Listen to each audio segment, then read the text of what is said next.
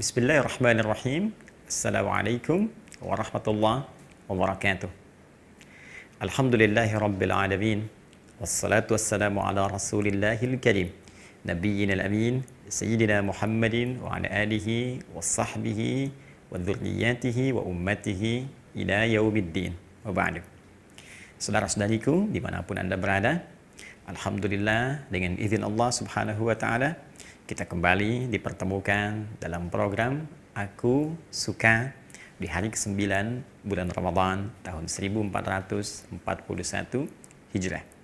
Kita bermohon pada Allah subhanahu wa ta'ala semoga seluruh rangkaian ibadah siam kita yang ditunaikan sejak hari pertama di Jumat yang penuh berkah itu sampai dengan hari ini semoga berkenan diterima oleh Allah subhanahu wa ta'ala dengan penerimaan yang terbaik insyaallah. Edisi kali ini akan melanjutkan bahasan kita di pertemuan yang lalu terkait dengan amalan-amalan utama yang umumnya Nabi kerjakan dalam kesempatan menunaikan ibadah siam. Masih ingat peta yang kita buat? Kita telah uraikan dalam ibadah malam, sholat qiyam itu dengan sifat tarawihnya. Kemudian selesai waktunya dijeda dengan sahar, dengan ibadah sahurnya. Lantas kemudian masuk ke fajar dan dimulailah penunaian ibadah siam itu sampai ke maghrib. Di pertemuan edisi yang ke-8 kita telah berbincang dan menyampaikan kegiatan Nabi pada umumnya yang memaksimalkan satu amalan, memperbaiki diri, bersikap lebih lembut dan ditunjukkan dengan gemar berbagi. Bahkan diilustrasikan dalam hadisnya seperti kita urai di pertemuan lalu. Menurut keterangan sahabat junior Ibnu Abbas radhiyallahu taala anhuma, kana an-nabiyyu sallallahu alaihi wasallam ajwadan nas wa ajwadu ma yakunu fi Ramadan. Adalah pribadi Rasulullah sallallahu alaihi wasallam sangat lembut, sangat baik, sangat gemar berbagi dan itu bertambah kegiatan beliau saat masuk ke bulan Ramadan. Maka saya ingin memulai dengan mengevaluasi diri dulu sampai hari ke-9 ini sudah berapa kita maksimalkan perubahan karakter menjadi lebih baik dan mulia di hadapan Allah subhanahu wa ta'ala sesuai dengan petunjuk Rasulullah sekaligus dengan kegiatan berbagi yang kemarin telah kita tunjukkan peta-peta kegiatannya. Sekarang kita sambungkan berkaitan dengan kegiatan yang kedua yang dimaksimalkan Rasulullah SAW di bulan Ramadan dalam fase siam. Sekalipun saya tekankan pertemuan lalu bahwa kegiatan Nabi ini sering dimaksimalkan di malam hari, tapi petunjuknya terbuka umum untuk kita kerjakan pada kesempatan siang harinya, yaitu interaksi dengan Al-Quran. Saya ulang, interaksi dengan Al-Quran. Ada 3 jenis interaksi yang bisa kita maksimalkan dalam mengisi kegiatan siam kita dengan Al-Quranul Karim. Satu yang kita namakan dengan qiraat itu, ya, demikian tulisannya dalam bahasa Arab, qiraat.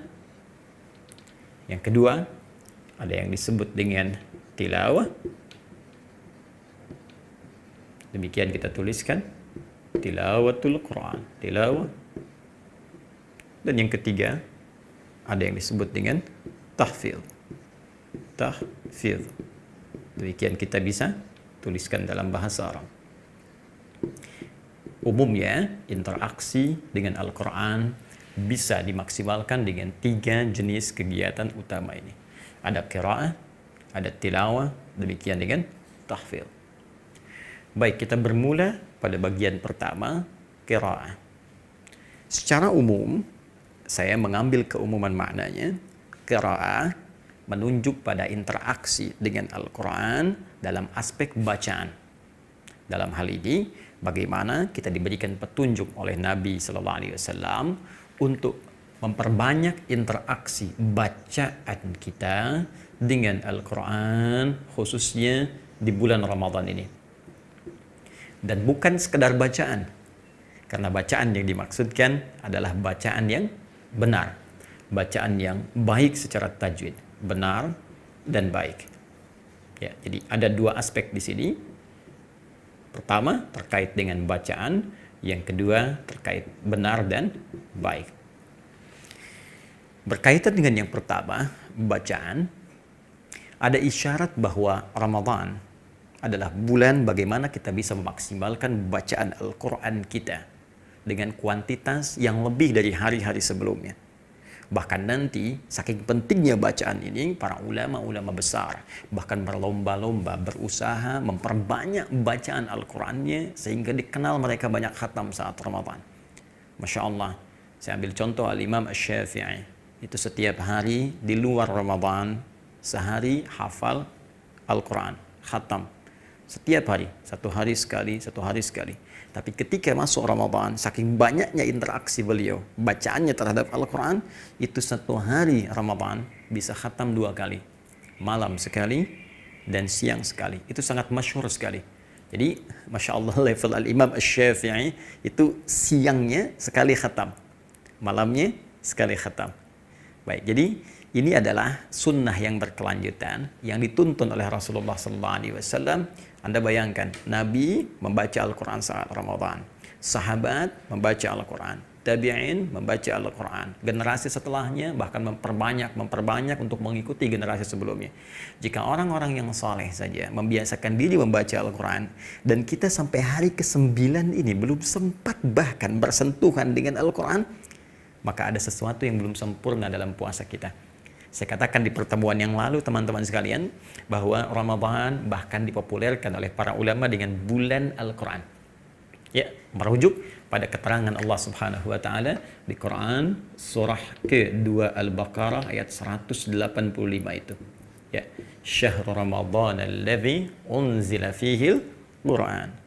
Bulan Ramadan, waktu kita menunaikan puasa itu adalah bulan diturunkannya Al-Quran. Bulan saat kita berinteraksi dengan Al-Quran. Paling minimal interaksi kita dibuka dengan bacaan. Ini poinnya. Bahkan perintah pertama Allah kepada Rasulullah SAW yang menandakan diangkatnya beliau, ya, menjadi Rasul, diangkatnya beliau, Nabi dan Rasul. Yang paling menarik, perintahnya dari kata qiraah, Iqra. Ya, Quran surah 96 ayat yang pertama itu. Iqra bismi rabbikal ladzi khalaq. Iqra bentuk fi'il amr, kata perintah dari akar kata qara'a yaqra'u qira'ah, berarti baca. Jadi sunnah pertama adalah bagaimana kita bisa memetakan banyaknya, memperbanyak bacaan Al-Quran saat Ramadan. Berapa pahala yang bisa dihasilkan? Masya Allah. Saking tingginya ya motivasi ini menjadikan para ulama kita dulu mengejar bacaan ini. Bahkan dalam salat qiyam, saya pernah sampaikan kepada Anda dalam pembahasan rahasia tarawih, ya kenapa sampai Nabi SAW diikuti sahabat-sahabatnya memperbanyak bacaan dalam qiyam itu sehingga mampu ya beliau berdiri dalam keadaan yang sangat panjang. Bahkan Umar bin Khattab setelahnya, sahabat-sahabatnya, Nabi SAW berusaha memperbanyak rakaat tapi mempertahankan, demi mempertahankan panjangnya bacaan yang Nabi pernah bacakan dalam qiyamnya. Ini menunjukkan apa? Menunjukkan saking pentingnya memperbanyak bacaan Al-Quran di bulan-bulan Ramadan, di malam dan siang Ramadan. Berapa sesungguhnya pahalanya? Kalau kita ambil yang standar saja, misal dalam satu hadis riwayat Al-Imam At-Tirmidzi, sangat populer, bahkan dalam setiap kajian-kajian Al-Quran saya sampaikan hadis ini untuk memberikan motivasi kepada kita.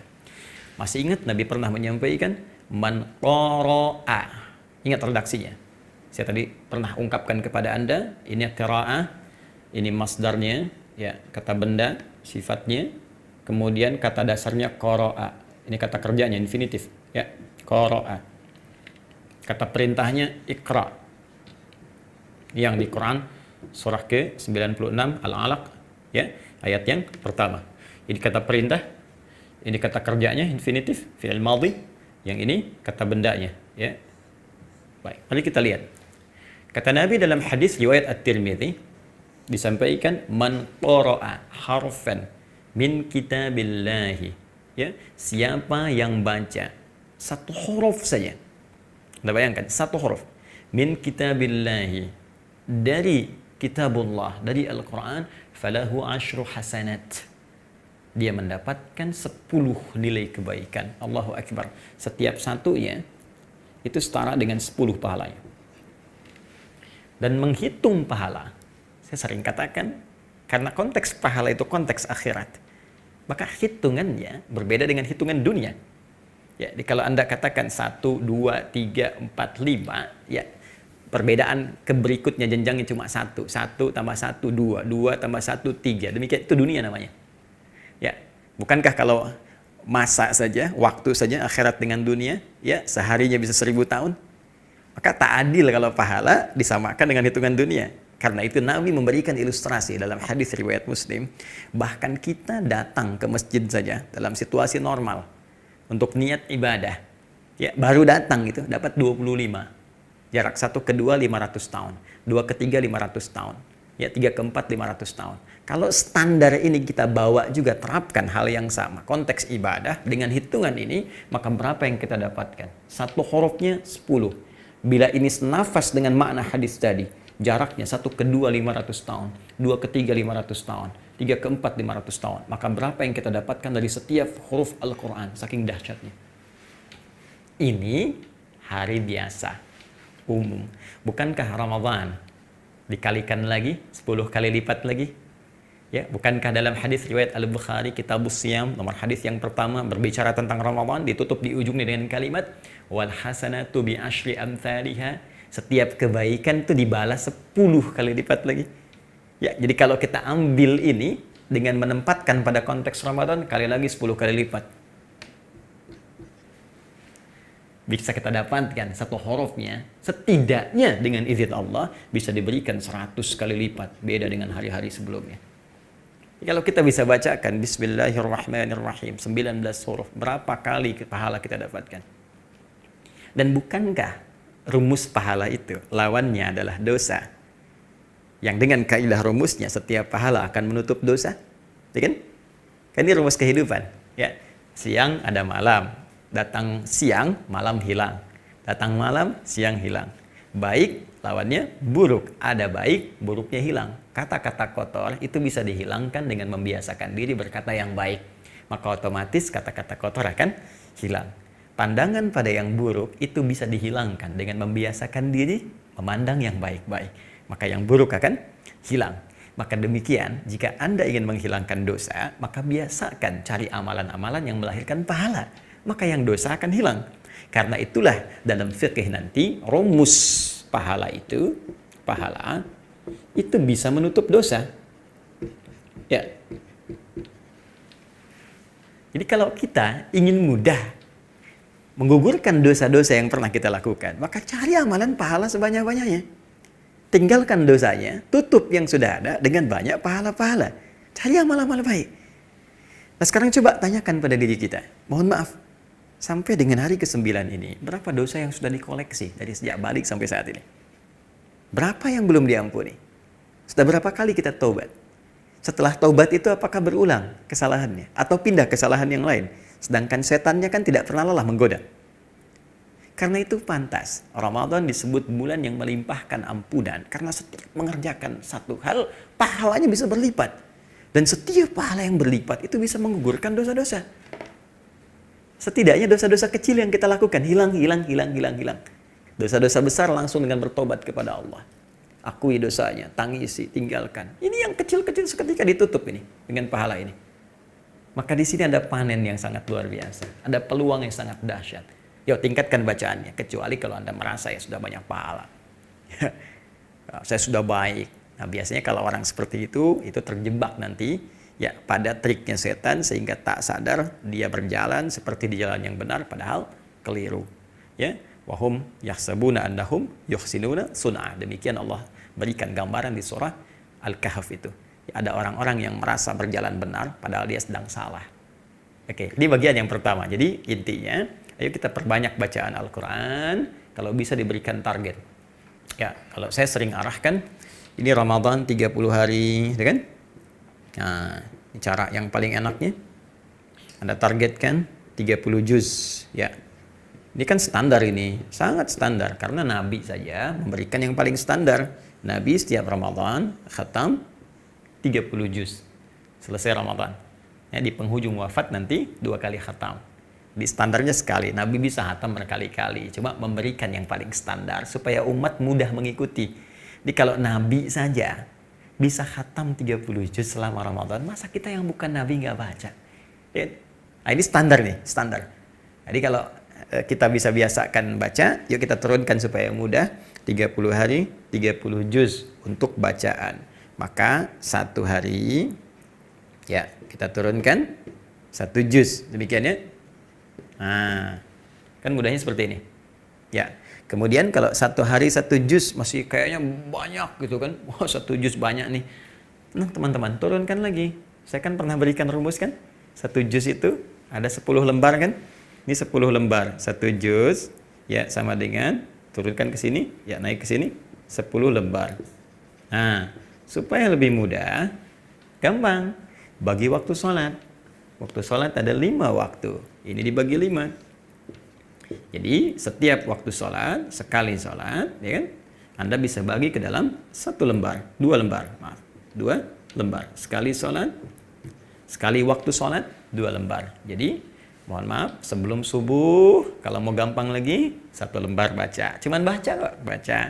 Ya. Kemudian setelah subuh, 1 lembar lagi. Sebelum zuhur, 1 lembar. Setelah zuhur, 1 lembar. Baca 1 lembar itu berapa menit sih? Paling banyak 5 menit, ya kan? Kemudian juga kalau 2 lembar berarti kan 10 menit. Apa nggak punya waktu 10 menit untuk akhirat kita? Untuk pahala yang berlimpah itu. Ya, kalau kita mau, ini bisa kita maksimalkan. Baik, ini bagian pertama. Jadi kalau kita konsisten, insya Allah dapat 30 hari 30 juz. Ustaz, saya belum mulai nih. Ya, saya sedang datang bulan kemarin misalnya. Saya baru mau mulai besok di hari ke-10 atau hari ke-11. Nggak apa-apa, tinggal dibagi saja. 30 juz dibagi sisanya kita maksimalkan. Kalau kita berniat, insya Allah bisa. Karena dari subuh ke zuhur kan ada jeda. Apalagi sekarang banyak di rumah. Pekerjaan malah banyak dikerjakan dari rumah. Sampai Allah itu sampai membuat keadaan supaya kita nggak punya alasan lagi. Jadi kalau sudah dikondisikan keadaan begini, belum bisa ibadah juga, Anda perlu dikasih kondisi apa lagi? Ya, tinggal kita bagi saja. Ya, nah, ini poinnya. Oke, sekarang teruskan. Ini yang paling menarik, teman-teman. Lalu cara bacanya bagaimana? Ini kan baru pembagiannya. Maka cara bacanya diisyaratkan dalam riwayat-riwayat Nabi Sallallahu Alaihi Wasallam bukan bacaan biasa, ya, bukan bacaan yang semaunya. Bahkan pernah turun ayat Allah menyampaikan kepada Nabi, jangan cepat-cepat dibaca itu, supaya engkau pengen cepat menghafalkannya. Mudah, kami akan tanamkan dalam jiwamu. Tinggal kamu ikuti bacaan yang disampaikan. Itu ada di Quran surah ke-75. Ya, Al-Qiyamah di ayat 16 sampai 18 itu.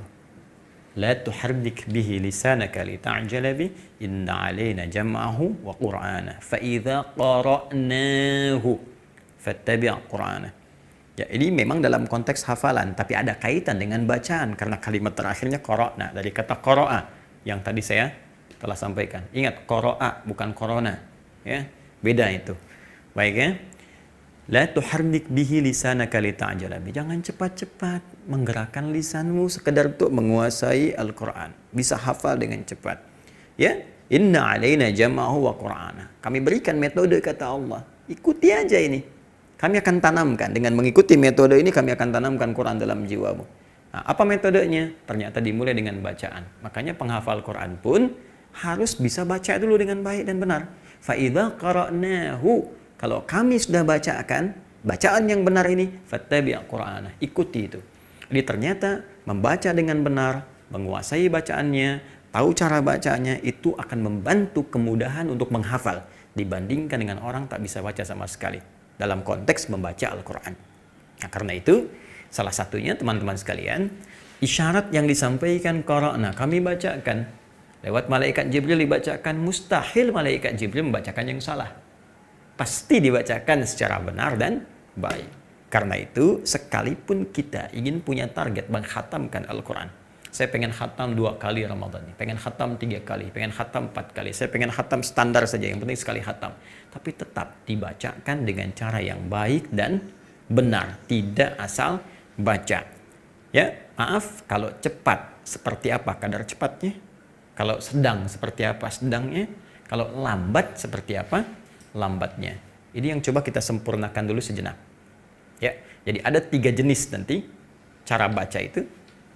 Satu, ada bacaan yang lambat temponya, dikenal dengan at-tahqiq, ya. At-tahqiq.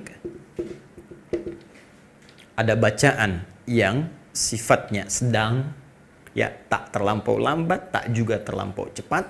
Itu dikenal dengan at-tadwir, ya, pertengahan. Kemudian yang ketiga, ada bacaan yang relatif cepat tapi masih sesuai dengan kaidah. Disebut dengan hadar, al-hadar. Semua bacaan ini, baik lambat, sedang ataupun cepat, mengacu pada hukum benar dan baik. Benar dan baik secara singkat itu disebut dengan tajwid namanya.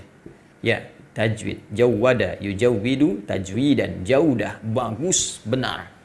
Ya, di kitab Hidayatul Mustafid fi ilmi tajwid yang paling standar saja didefinisikan, at-tajwidu lughatan al-ityanu bil jayyid.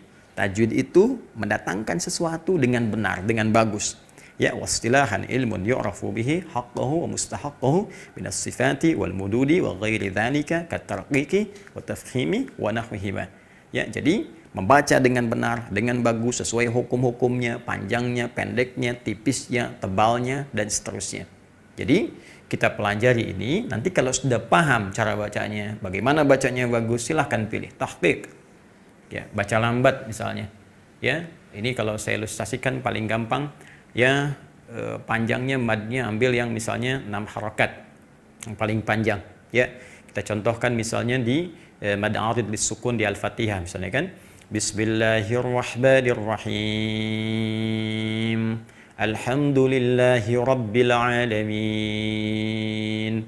Ya, saya suka mengistilahkan dengan detik. Jadi kalau 2 harakat 1 detik, tek. 2 harakat 1 detik. 4 harakat 2 detik, tek, tek. Ya kan? 6 harakat 3 detik, tek, tek, tek. Bismillahirrahmanirrahim. Ya, Alhamdulillahi Rabbil Alamin. Nah, itu tahqiq.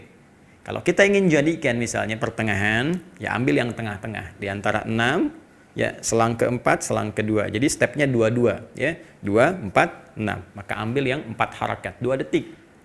Bismillahirrahmanirrahim. Alhamdulillahi Rabbil Alamin. Ar-Rahmanirrahim. Ya. Kalau kita ingin cepat, pakai yang hadar misalnya. Hadar 1 detik.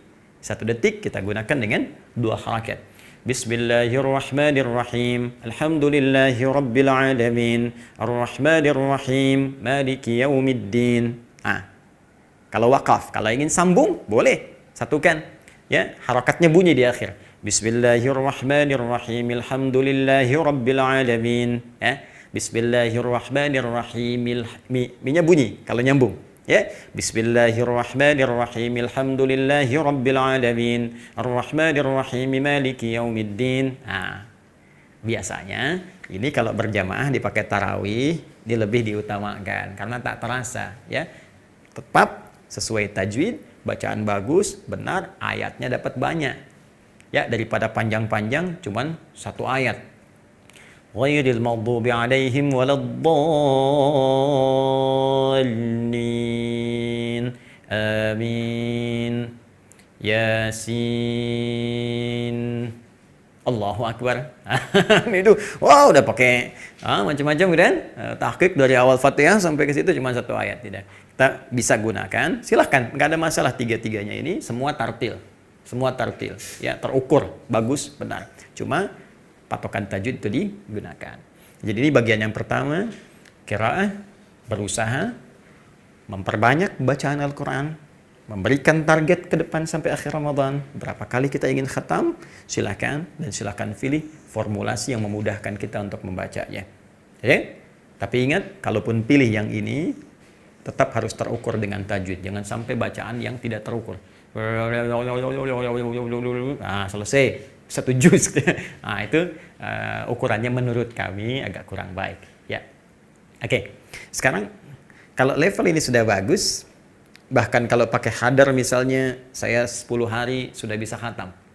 Nah, alangkah baiknya kalau Anda bisa bagi hari berikutnya pindah kepada step yang kedua, yaitu tilawah. Dan ini pahalanya tidak kalah banyak, bahkan bisa melebihi yang pertama.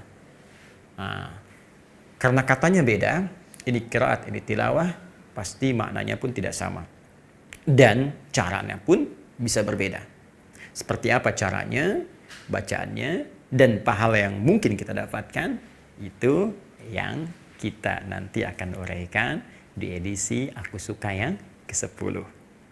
Baik, sebelum kita akhiri, saya hanya ingin berikan motivasi. Jika Anda saksikan, dalam setiap awal Aku Suka ini, ada anak yang mengaji. Anda bayangkan, itu anak TKA, TKB, paling besar 1 SD. Usia mereka 4, 5, 6 tahun. Ya paling besar 7 tahun. Dan mereka belum baligh. Tapi mereka sudah bisa membaca Al-Quran. Mereka bahkan ada yang menghafal Al-Quran. Ada yang sudah khatam Al-Quran. Anda diberikan 40 tahun, 50 tahun, 60 tahun, 70 tahun. Dan sampai hari ini, untuk baca pun Anda belum punya waktu. Kalau dengan diberikan nikmat terindah Ramadan, belum mampu menggugah hati kita. Yang pingin ke surga itu. Dan tahu belum siap amal. Belum juga tergerak untuk membaca Al-Quran. Maka dengan cara apa lagi Allah menyentuh hati kita untuk mendapatkan syafaat Al-Quran di yaumil hisab kelak.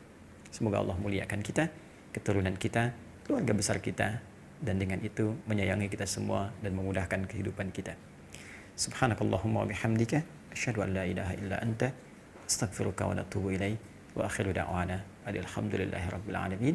Assalamualaikum warahmatullahi wabarakatuh.